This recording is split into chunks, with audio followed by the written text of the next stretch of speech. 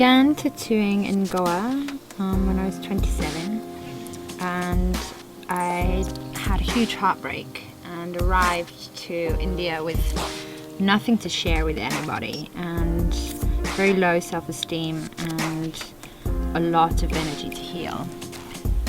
And I ended up to be on the back of a girlfriend's motorbike and had an accident and had a big burn on my leg that took a long time to heal, so I decided to get my feet tattooed while I couldn't walk and I couldn't swim anyway, and for part of my own healing process, to ground and come back to myself.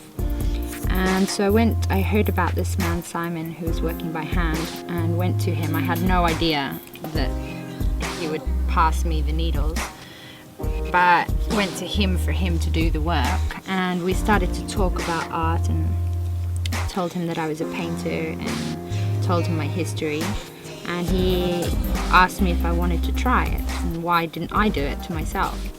And so I was like, okay, and I did, and he pushed me through to work on both of my feet in very strong initiation.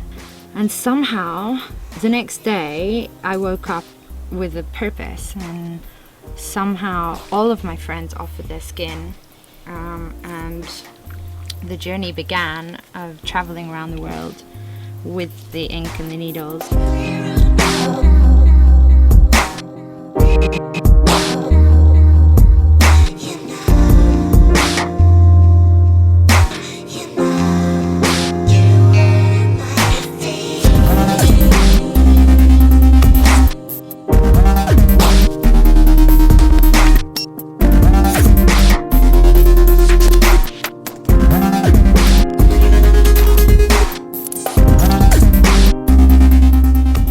I'd never thought about actually being a tattoo artist because I didn't like the machine, and I had no attraction to be learning mechanics and the vibration, the sound, sitting in a studio, a 2-year apprenticeship.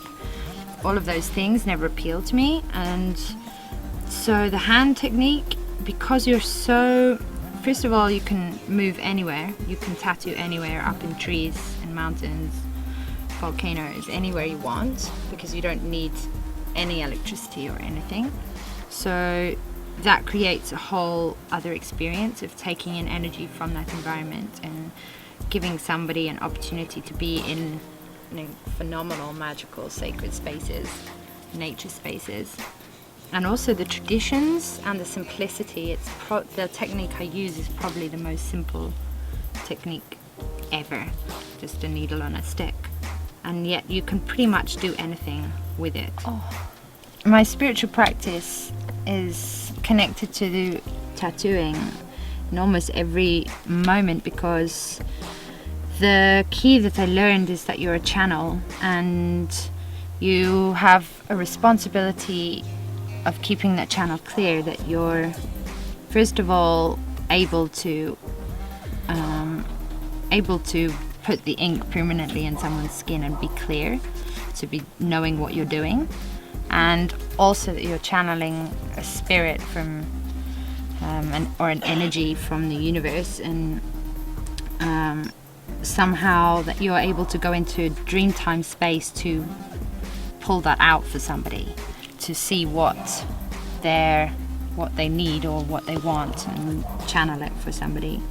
And I definitely see that as a spiritual experience, because you're not necessarily in your body at that point, and you're not necessarily thinking at that point. You're connecting to a design and a color and a person's spirit body through a very intense meditation. Plus the focus and the concentration of the actual tattooing too can be a divinely spiritual experience. And receiving the tattoo too, because you have to go into a state of trance.